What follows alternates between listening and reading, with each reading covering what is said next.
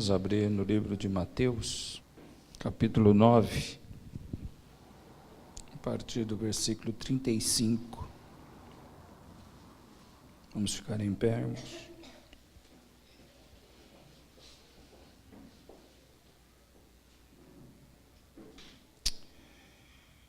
E percorria Jesus todas as cidades e povoados, ensinando nas sinagogas, pregando o evangelho do reino e curando toda sorte de doenças e enfermidades. Vendo ele as multidões, compadeceu-se delas, porque estavam aflitas e exaustas, como ovelhas que não têm pastor. E então se dirigiu a seus discípulos: a seara, na verdade, é grande, mas os trabalhadores são poucos. Rogai, pois, ao Senhor da seara, que mande trabalhadores para a sua seara. Amém. Te louvamos, bom Deus, te bendizemos, e aqui está a tua palavra diante de nós. Pedimos que o teu Espírito ministre a tua igreja e nós possamos acatar aquilo que o Senhor falar aos nossos corações. Desprende as nossas mentes dos nossos problemas, das nossas ansiedades, dos nossos compromissos, para que possamos estar focados em Ti nesta hora, na cruz de Cristo, no trono de Deus, e na possibilidade de, através da Tua palavra, haver uma grande restauração nos nossos corações. Em nome de Jesus. Amém. Podemos assentar.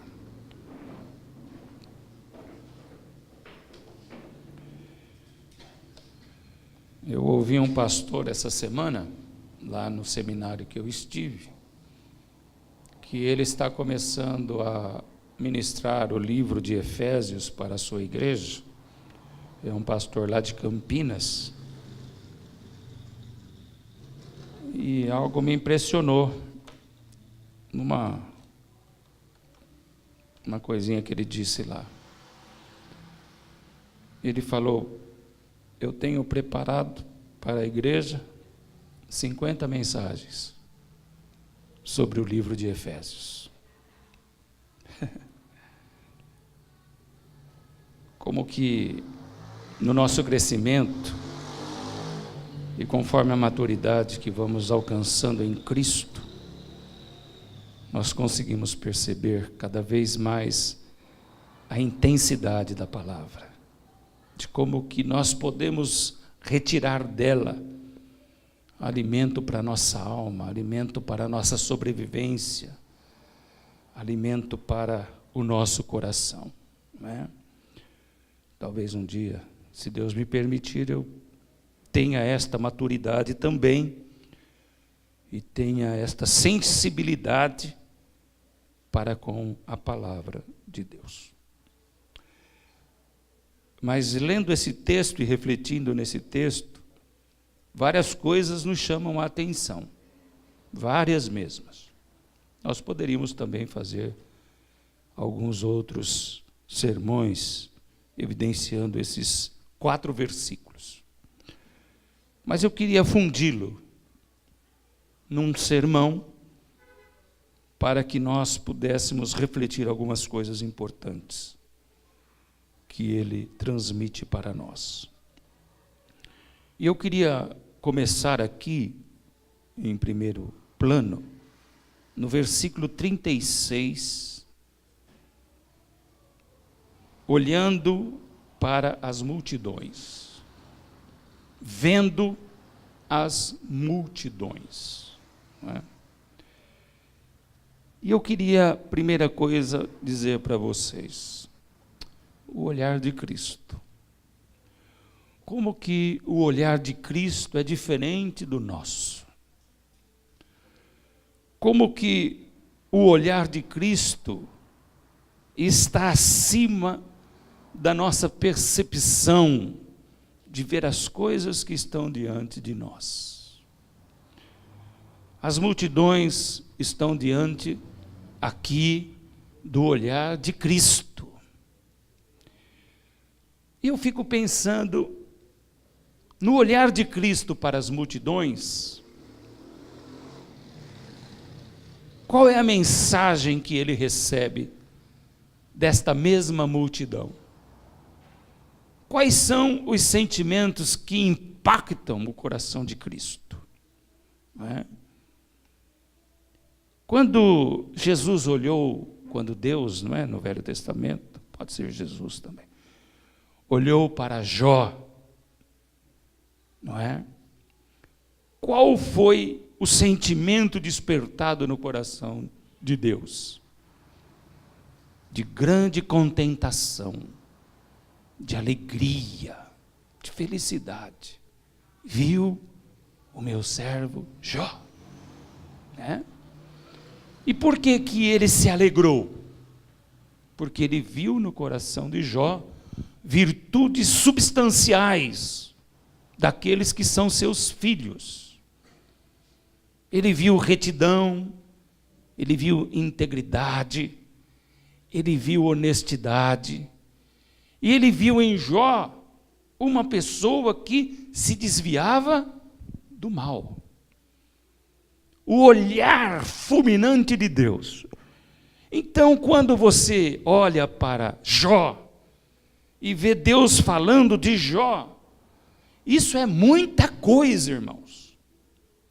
Porque Deus nunca vê superficialmente. Deus não passa o olhar. Deus olha como que um raio-x. Ele perscruta a nossa alma. Então, quando ele fala de Jó, ele fala de algo verdadeiro.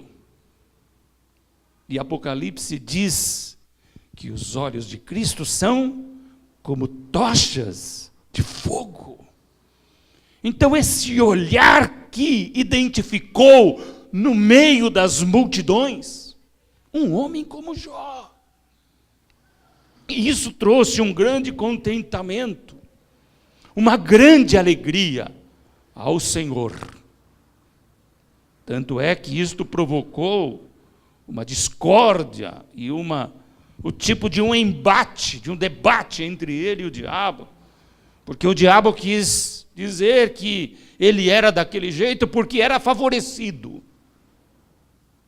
Deus o favorecia, e nas entrelinhas, me parece que o diabo queria dizer: o Senhor favorece ele mais do que os outros. Por isso que ele é fiel, íntegro e reto. E às vezes o homem tem essa percepção do diabo também. E uma maneira audaciosa e eficaz que o diabo tem de semear dúvida no coração dos seus próprios filhos é dizer para eles: o Senhor ama mais aquele do que a você. Olha o que ele faz por ele e ele não faz por você. Olha os milagres que acontecem lá e não acontecem com você. Ora, o próprio Davi teve esse embate no coração, quando ele dizia: os ímpios prosperam, e eu que sou teu filho estou aqui, com a minha alma abatida.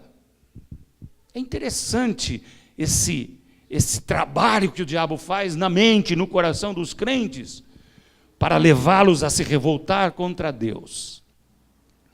Então o diabo usou essa arma, falou: você prevalece, você favorece mais a ele.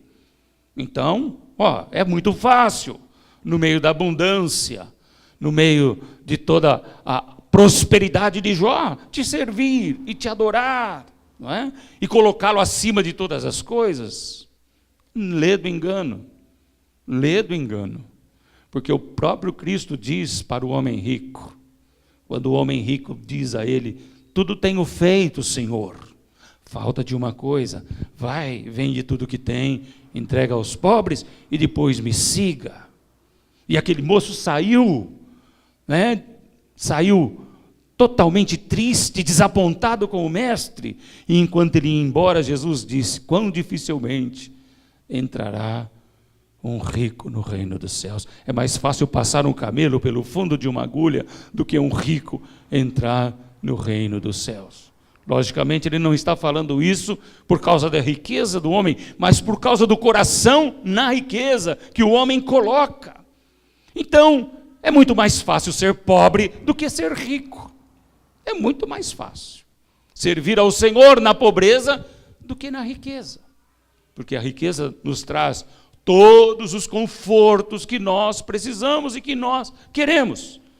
E, na nossa mente, nós não precisamos tanto assim de Deus. Nós não precisamos orar pela comida, nós não precisamos orar pela vestidura, nós não precisamos orar nem porque ficamos doentes, porque temos o dinheiro para pagar os melhores médicos que possam existir. Deus sempre vai ficar num segundo plano. Mas quando ele olhou para Jó, ele viu um homem íntegro. E de fato, ele era íntegro. Mas quando Deus olhou aqui com seus olhos, como chama que de fogo, o mesmo olhar que ele direcionou para Jó, ele olhou para aquela multidão que estava diante dele, diz o texto. E ele teve compaixão. Aquela multidão levantou a ele um sentimento de extrema compaixão, de íntima compaixão. Deus se condoeu por eles. Vocês se lembram daquele momento que Jesus chegou na casa de Marta e Maria? Estava chegando com a morte de Lázaro. Ele olhou para aquela multidão, ele olhou para Maria, ele olhou para Marta, e aquele que tem os olhos como tocha aqui de fogo, diz a palavra, chorou. A última coisa que você deve pensar é que ele chorou porque Lázaro morreu. Porque diz a palavra do Senhor, preciosa é a vista do Senhor a morte dos seus santos. Vou repetir. Preciosa é à vista do Senhor a morte dos seus santos.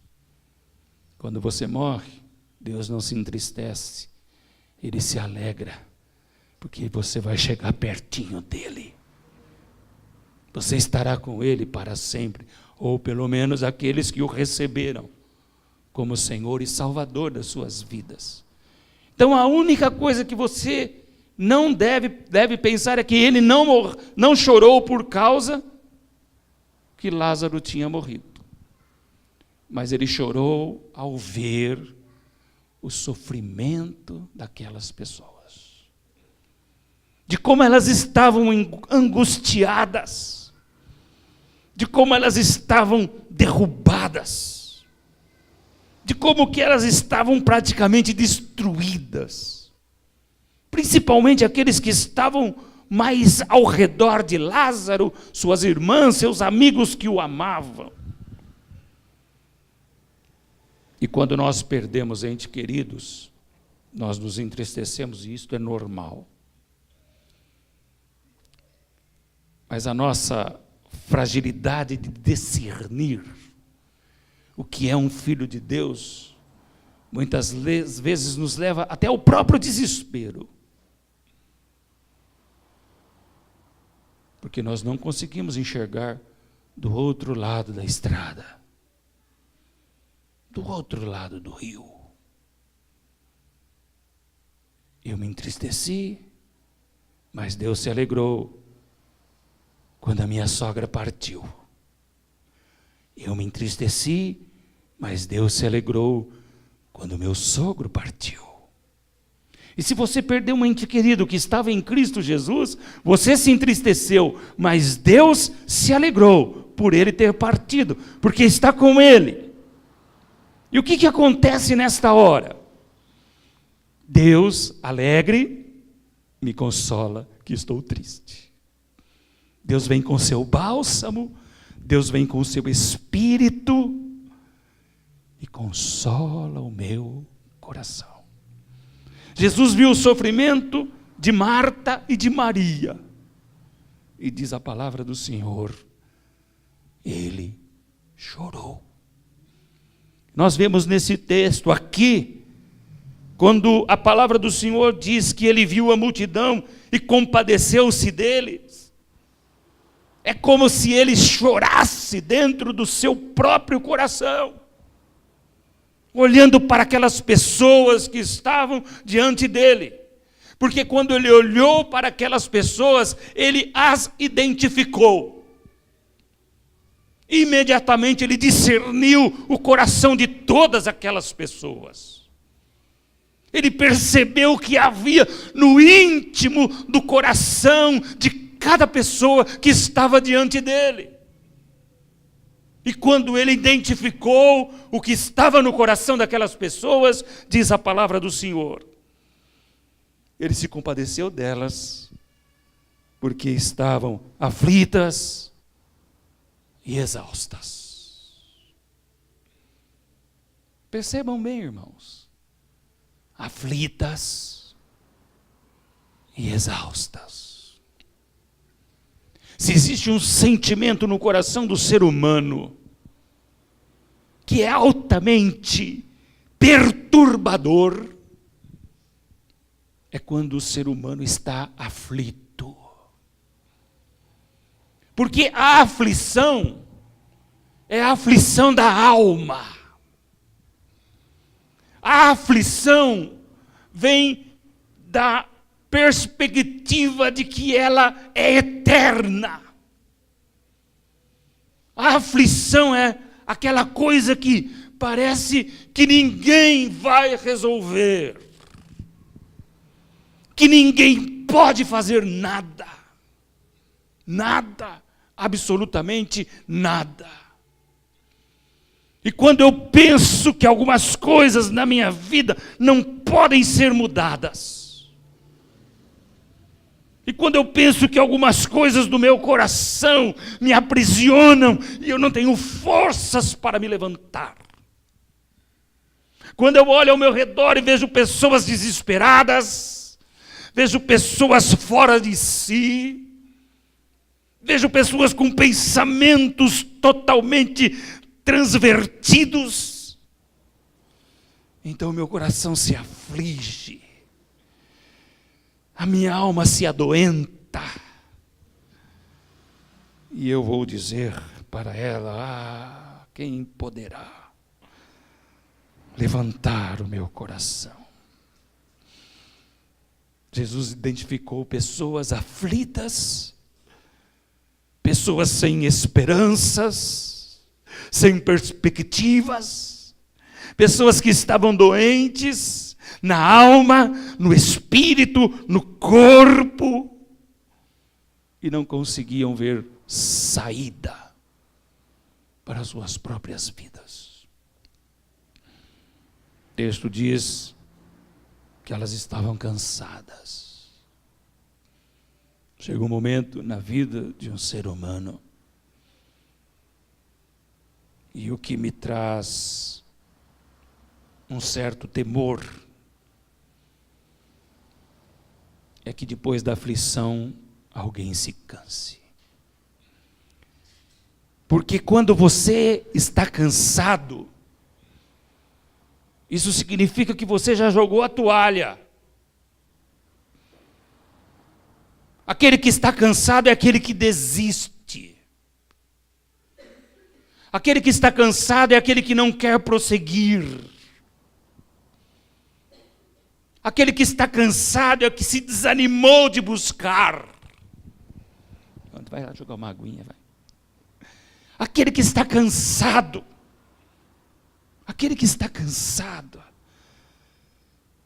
ele cansou de esperar por Deus.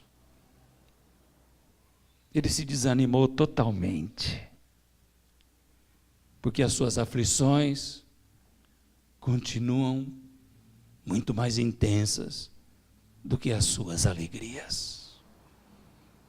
Então diz ele, para que servir? Para que buscar? O texto que nós lemos aqui antes de começar o louvor, qual foi? Buscar-me-eis e me achareis, quando me buscardes de todo o vosso coração. Mas isso eu tenho feito, talvez o teu coração diga. Mas eu não consigo, então eu não quero mais saber. E muitos trilharam por esse caminho da exaustão, do cansaço, dando margem para que as aflições cada dia mais se impostem nos seus corações. Não por causa disso, ou por isso, o mundo é um mundo doente, cansado, aflito, e muitos chegaram e chegam ao ponto de acabarem com suas próprias vidas, em depressões profundas e angustiantes. Jesus viu o quadro de multidões que não têm Deus. Aflição, cansaço, são retratos de vidas que não conhecem a Deus, que não vivem intensamente a Deus, que não têm discernimento de Deus. Porque os filhos do Senhor, quando se cansam, clamam a Ele, e o Senhor renova as suas forças. Aleluia! O crente nunca está demasiadamente aflito ou demasiadamente cansado, porque o Senhor pode todas as coisas. E até nos arrebatar das nossas aflições e dos nossos cansaços. O Senhor não vai nos dar como presa ao inimigo, se o buscarmos de todo o nosso coração. Então, Jesus olha para aquelas pessoas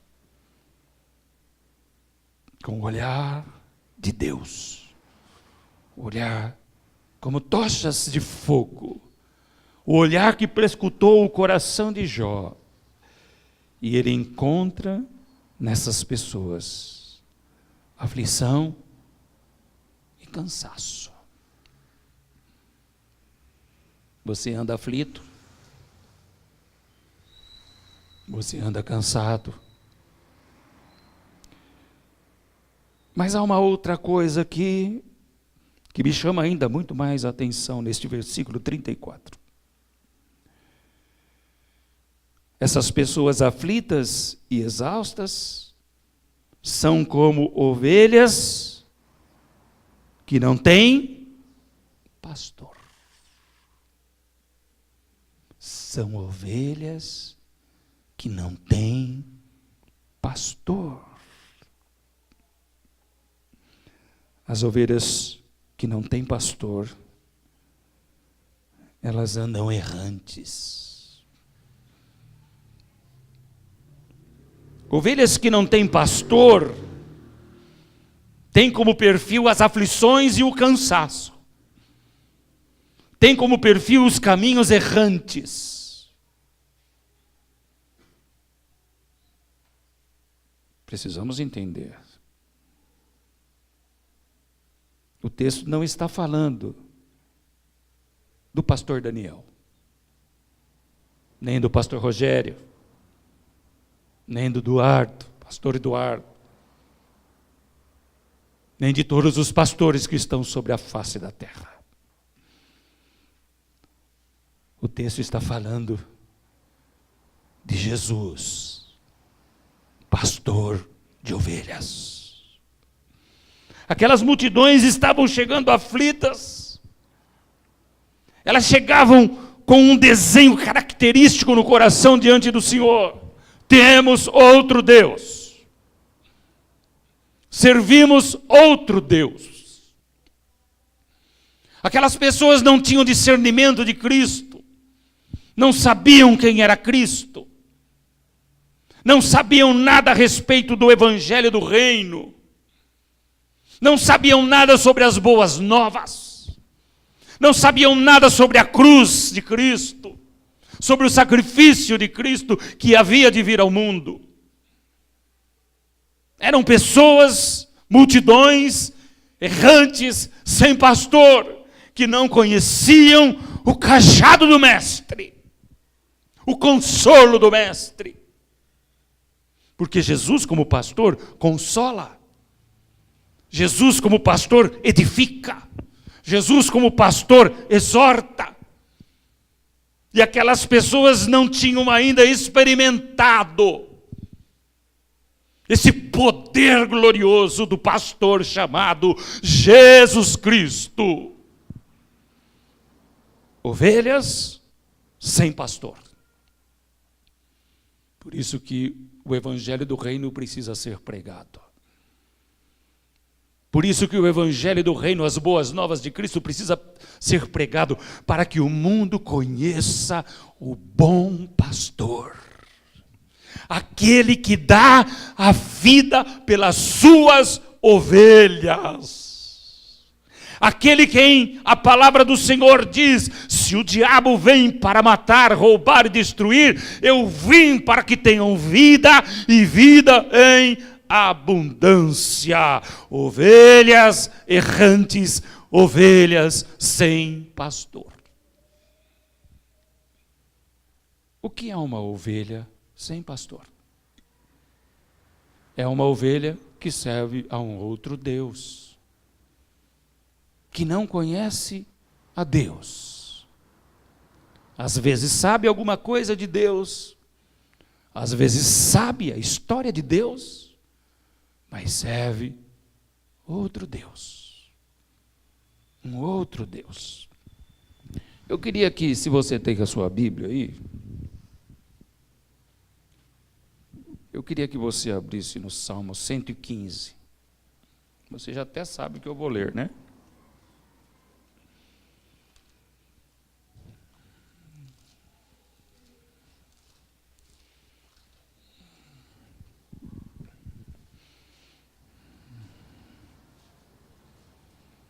Salmo 115.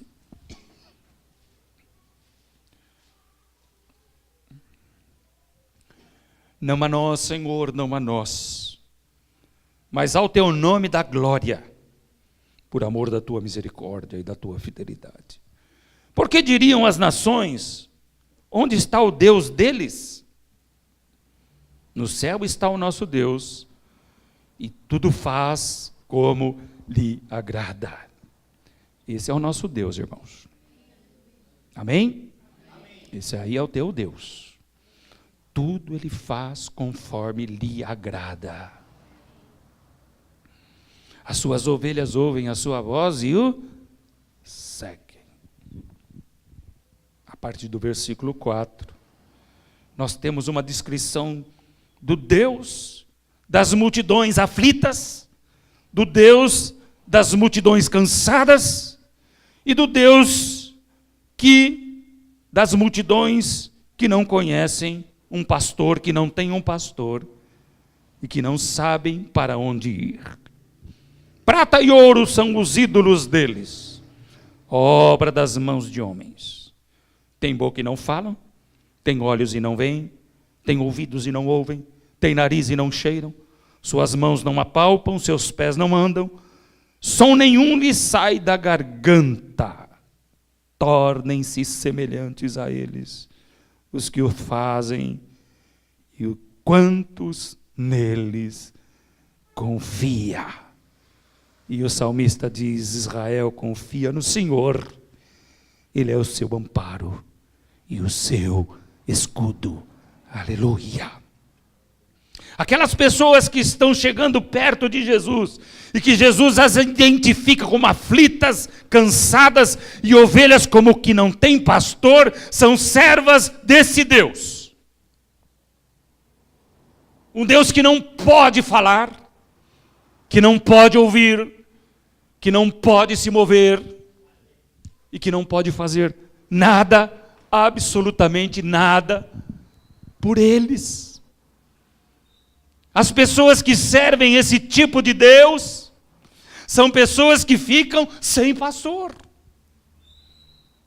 porque elas querem ouvir e não ouvem. Querem escutar a sua voz, mas não ouvem.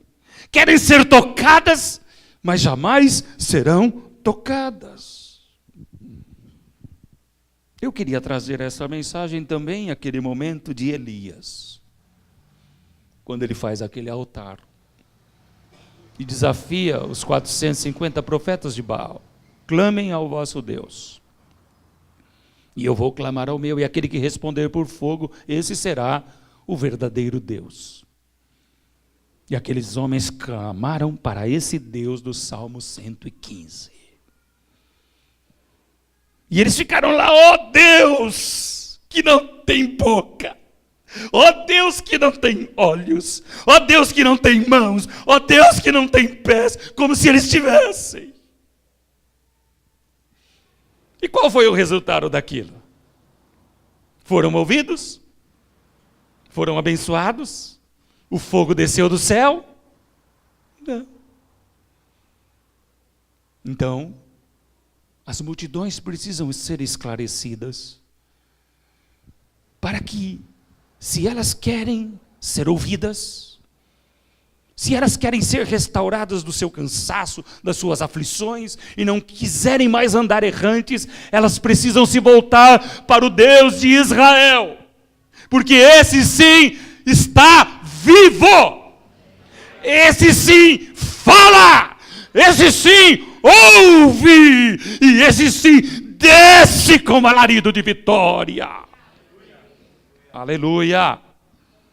E faz dos errantes homens que se desviam do mal, homens que se tornam honestos, homens que se tornam verdadeiros, homens que arrancaram as suas tristezas, as suas incomodações, e mesmo nas lutas mais ardentes, sabe que pode confiar.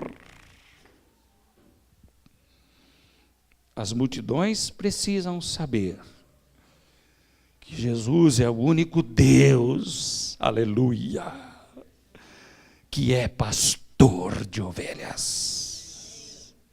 E que quando Ele olha para os errantes e para aqueles que estão sem pastor, Ele se compadece. Aleluia! Diga comigo: o Senhor é meu pastor, e nada me faltará. Aleluia! Diga comigo: ainda que eu ande pelo vale da sombra e da morte, não temerei mal algum, porque tu estás comigo. Forte, irmãos, a tua vara e o teu cajado me consolam. Aleluia. Aquelas pessoas errantes, cansadas e aflitas, precisavam conhecer esse Deus pastor. Nada me faltará. Não vai faltar consolo para a sua aflição. Não vai faltar consolo para o seu cansaço, força para o seu cansaço. E não faltará um Deus que te guie pelo caminho da verdade e que livre os seus pés de todo mal e que te leve em segurança para o reino que está prometido antes da fundação do mundo. Não faltará às multidões errantes, quando se encontrarem com Cristo, esta convicção e essa certeza. Mas o grande problema é que quanto dessas multidões que depois de se encontrarem com Cristo, decidiram continuar errantes. Quanto desta multidão que um dia se encontraram com Cristo decidiram continuar vivendo segundo seus próprios corações, segundo suas próprias verdades. Não se importaram se ele cura, se ele faz operação de maravilhas. Não se importaram se ele prega o evangelho do reino e ensina as verdades celestiais, porque isso está no texto. Ele andava por todos os lados, diz o texto, ensinando, pregando e curando. Não é de se admirar que daqueles 10 leprosos, apenas um voltou para agradecer.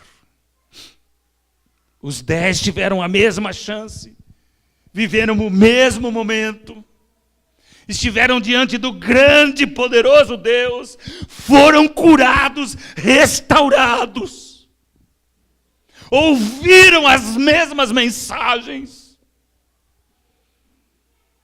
mas apenas um deu crédito a tudo aquilo. Apenas um quis ter uma intimidade maior com aquele que o havia salvo. Apenas um, então somente um se achegou a ele e se dobrou diante dele e o reconheceu como pastor, como Senhor e como Deus. Apenas um. E diz o texto que ele ainda por cima era estrangeiro.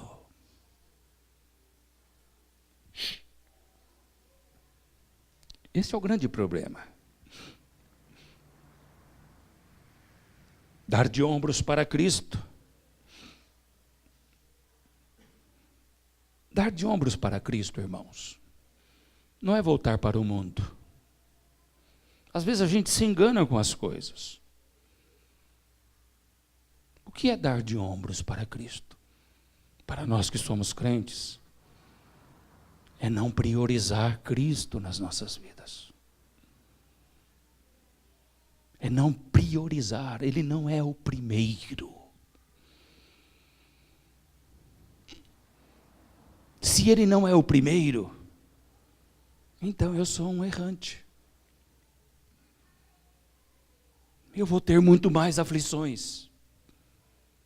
E eu vou viver mais cansado ainda. Não importa a minha condição social. Porque isso é um problema da alma. Da alma. Facilmente nós trocamos Cristo. Nós decidimos fazer o que a carne agrada e não o que o Espírito diz. O apóstolo Paulo diz: se vivemos no Espírito, andemos também no Espírito. Olha que interessante. Se vivemos, andemos. Parece que é diferente viver e andar. Se vivemos no Espírito, significa o quê? Que eu fui vivificado, a vida de Deus está em mim. E se a vida de Deus está em mim, então ande no Espírito. Dar prioridade é viver no Espírito. Então nada vai me tirar da graça, nada vai me tirar de servir Cristo, de estar diante de Cristo. Isso é tão intenso para nós, que eu não sei se algum de nós vai conseguir um dia obedecer a palavra desta maneira. Porque nós vivemos para fazer média, para agradar os homens, para agradar as pessoas. Temos medo do que as pessoas vão dizer da nossa fé, temos medo de sermos abandonados por causa da nossa fé. Mas o que diz a palavra do Senhor quanto a isso? Vocês pensam que eu vim trazer paz à terra? Não, eu vim trazer dissensão. Porque o pai vai se voltar contra o filho, e o filho contra o pai, e a nora contra a sogra, e a sogra contra a nora, e irmão contra irmão. por causa da palavra. Por causa da palavra. São nessas pequenas questões que nós caímos. Porque nós priorizamos as coisas que não vão afligir o meu coração. E o resultado disso é uma aflição ainda muito maior. Multidões errantes, multidões cansadas, multidões aflitas, precisam conhecer o Deus vivo, Jesus Cristo, o Senhor, aquele que se compadece, aquele que ama, aquele que tem misericórdia e aquele que levanta o abatido nas suas tribulações. Ora, diz o texto, que para tirar os homens das suas tribulações e aflições, ele não apenas curou. No texto aqui, se a gente for pôr numa escala de sequência, a cura foi a última. A prioridade de Cristo não era curar os enfermos. Diz o texto, Jesus percorreu todas as cidades povoadas, ensinando. Não é, Anderson? Ensinando. E depois, pregando o evangelho do reino. E depois, curando. Os pastores do século 21 inverteram esta ordem. Eles pregam para que as pessoas sejam curadas. Ei, Jesus vai curar vocês. Ei, Jesus vai fazer um grande milagre em vocês. E muitas vezes elas saem curadas, viu, irmão? Sabe por quê? Porque Ele é misericordioso. Mas saem curadas e perdidas. Curadas e sem salvação. Porque eu quero que você me diga que milagre de Jesus é tão grande que possa sustentar um homem na sua fé. Me respondam se for capazes. Que homem pode ser salvo por um grande milagre de Deus? E tão somente por um grande milagre de Deus. Não há milagre que possa sustentar a fé de qualquer pessoa que seja. Quando o paralítico de Cafarnaum chegou perto de Jesus, ele disse: filho, perdoados estão os seus pecados. E depois ele curou. Porque aquele homem precisava de vida no interior, de restauração da sua alma e do seu coração. Esse Deus, antes de tocar no teu corpo, tirar suas dores, Ele quer restaurar o teu coração.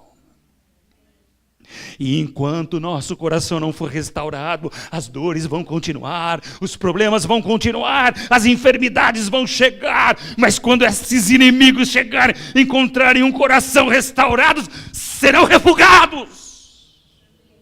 E mesmo que adentrem em nós, terão que ver em nós o poder do Evangelho de Cristo Jesus, o Senhor. Eu creio que Deus pode fazer uma grande obra nas nossas vidas nesta manhã, não mediante o que Ele pode fazer no meu corpo, com os meus problemas, com as minhas ansiedades, aflições e cansaço, mas que Ele pode se revelar de verdade a mim e me levar à corrida novamente de estatura de varão perfeito. Porque isso é que importa. Sermos varões perfeitos. Doentes ou não, aflitos ou não, cansados ou não. Estatura de varão perfeito. Porque não seremos pessoas que não têm pastor. E nem andaremos errantes pelo caminho. Então, os olhos de Jesus, eles enxergam essas coisas. Mas quando nós olhamos para esta multidão, irmãos,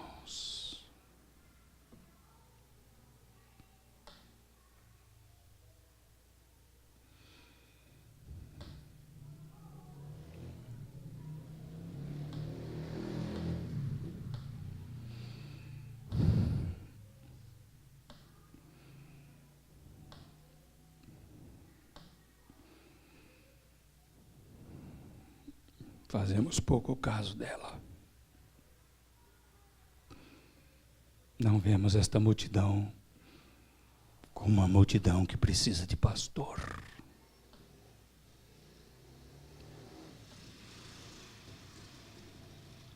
Não vemos as suas aflições, seus desesperos, seus cansaços, seus erros. Mas pior do que não ver é viver como. Pior que não discernir é viver como. Estar no meio deles e em vez de arrancá-los dos seus pecados, das suas aflições, permitirem que eles continuem aflitos e errantes e cansados, contribuindo para que eles venham a conhecer a ira vindoura e o fogo do inferno. Quem se levantará dentre nós, no meio desta multidão cansada, aflita e errante, para dizer: em Cristo Jesus haverá salvação? Quem se levantará com a coragem de dizer: não trilharei o vosso caminho, porque eu já sei o caminho que devo andar? E isso não importa se meu pai vai ficar triste, se a minha mãe vai ficar triste, se o meu irmão vai ficar triste, se os meus amigos vão ficar tristes, não importa, porque agora eu conheço aquele que era, que é e que há de vir, o Senhor dos céus e da terra. Ele é o meu Deus e é Ele quem eu vou alegrar.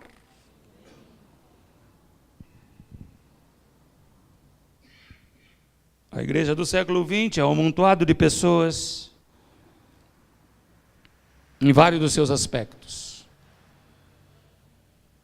deixando os aflitos, cansados, cada vez mais aflitos e cansados. Se você vê uma pessoa bebendo perto de você, você não deve falar para ela parar de beber, porque senão ela vai morrer.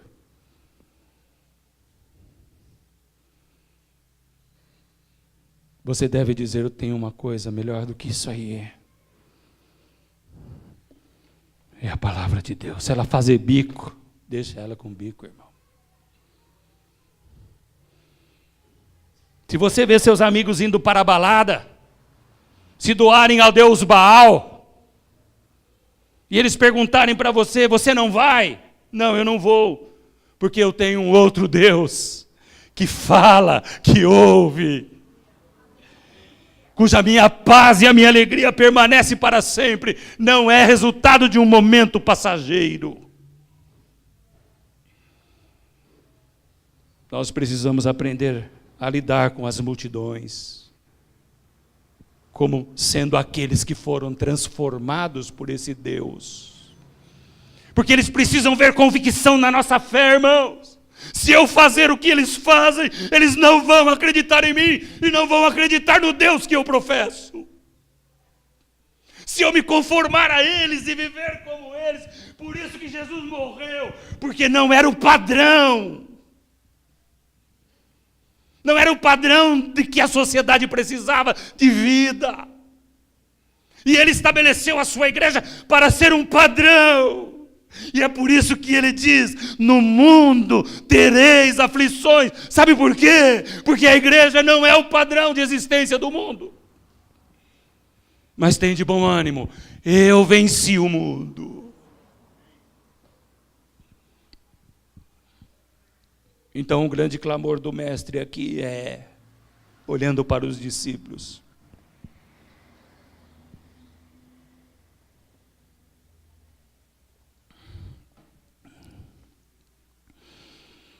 a seara, na verdade, é grande. É muita gente aflita. É muita gente sem pastor. É muita gente cansada. Como se dissesse assim: eu já perdi a conta. Eu já perdi a conta. Como se Deus perdesse a conta de alguma coisa. Mas para a gente entender. E os trabalhadores são poucos. Aqueles que conseguem ver como eu vejo, quando olho para a seara, são poucos. E esse eu sei a conta de cor e salteado. Pouquíssimos são aqueles que se importam. Pouquíssimos são aqueles que clamam, que choram. Já não conseguimos chorar nem pelos nossos parentes, quanto mais pelo mundo. Não conseguimos nem todo dia dobrar os joelhos pelos parentes nossos que não são salvos, quanto mais pelo mundo. Então ele diz para o discípulo: esta é a verdade.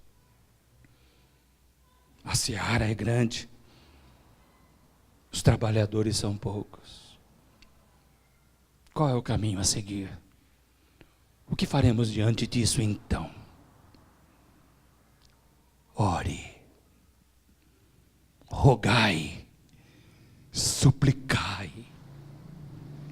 Ore com todo o teu coração, suplique com toda a tua alma, que o Senhor da seara mande trabalhadores para a sua seara. Mande trabalhadores para a sua seara. Homens e mulheres que conseguem ver como Jesus vê. Homens e mulheres que entendem o Salmo 23. Homens e mulheres que entendem que todos os deuses feitos por mãos de homens, que esta grande massa é seduzida a seguir, são mentiras. O próprio profeta Jeremias diz: os deuses fundidos por mãos de homem são mentiras. Mentiras. Mentiras. E digo eu agora, Jesus disse: vós sois filhos do diabo. Para a religião predominante naquela época, o diabo é mentiroso. Vocês são mentirosos. Rogue ao Senhor da seara que abra os olhos dos trabalhadores, que abra os olhos da igreja, para que consigam ver e fazer outras pessoas também verem como Cristo vê. Eu quero te dar graças, bom Deus, porque neste lugar nós temos uma grande maioria de pessoas que conseguiu te ver. Não que houvesse mérito em mim ou em nós em ver a ti, mas o Senhor possibilitou isso. O Senhor desceu para que eu pudesse vê-lo, para que nós pudéssemos vê-lo. Nós te vimos, Mas uma grande parte desses que te viram não conseguem ver as multidões. Mas eu sei que o Senhor aperfeiçoará esta obra até o dia final. Porque a tua palavra diz que de glória em glória, de fé em fé, somos transformados à sua imagem e semelhança. E quanto mais formos transformados, vamos ver o sussurro do mundo, o clamor do mundo, o cansaço do mundo, e nos compadecermos em misericórdia por eles. Quanto àqueles que ainda não conseguiram te ver e te compreender, Senhor, que o teu Espírito possa convencer no coração. Que o teu Espírito possa exercer um ministério glorioso e grandioso que tem, de convencê-los do pecado, da justiça e do juízo de Deus. Faça esta obra no nosso meio, Deus. Levanta-nos de dentro dos nossos túmulos, diante da nossa própria morte. Levanta-nos nestes dias de apostasia, de esfriamento na fé. Levanta-nos para que em nós um brado de pessoas glorifiquem ao Deus de Israel e exaltem ao Senhor, não apenas por aquilo que Ele faz, mas principalmente por aquilo que Ele é. Deus poderoso, pastor bondoso, no nome de Jesus. Amém. Glória a Deus. Aleluia. Bendito seja o nome do Senhor. Que a graça do nosso bom Deus, que o amor insondável deste bom Deus, que a comunhão e a consolação deste bom Deus estejam com todos vós, agora e sempre. E a igreja diz amém. Glória a Deus. Vai na tua força, em nome de Jesus.